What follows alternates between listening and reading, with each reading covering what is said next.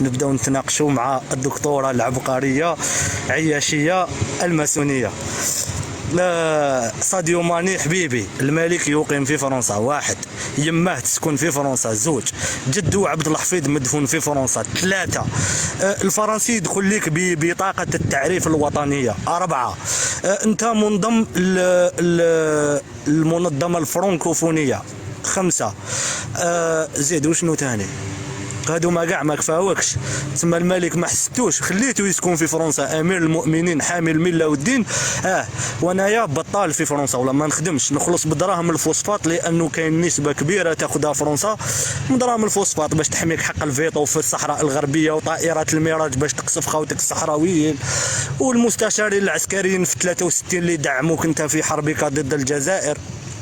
فهمتني؟ هادو ما كامل، يعني فرنسا مسكينه، ما حسيتني كان يسكن في فرنسا. او الملك 80 كيلومتر، انا قريب ليه منك، ساعدك. انا الملك غدوه نروح ليه 50 كيلومتر، نقول له عاش الملك في وجهه، انت تقولها له هاك بعيد، انت يبدل قاره باش يجي يسمعها، شي كيف انا وانت حبيبي.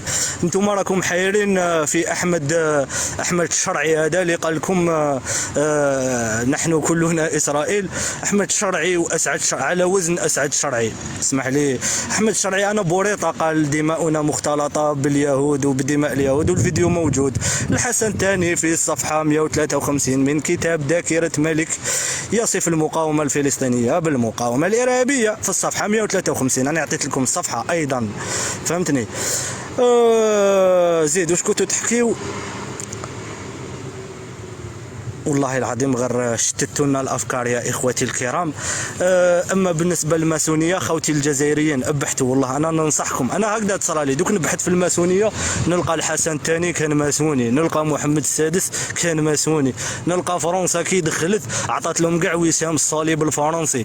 والله غير ابحثوا خوتي، شو كي يعطوا لكم حاجه المراركه تلقاوها فيكم. هذيك زعما انتم ابناء فرنسا، انا بحثنا بحث خفيف هكذايا، لقيناهم مساكن تصنعوا من فرنسا، هما العاصمه تنقلت، الاعلى من دار، النشيد قال لك الاخر او في ساسام ولحنوا لهم ليونس مورغان.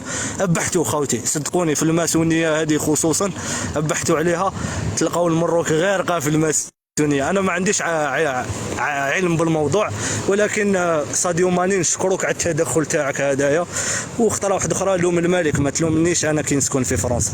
هذاش عندي نقول تحريش انتم يا خوتي، ماشي شواقر، شواكر ماشي شواقر.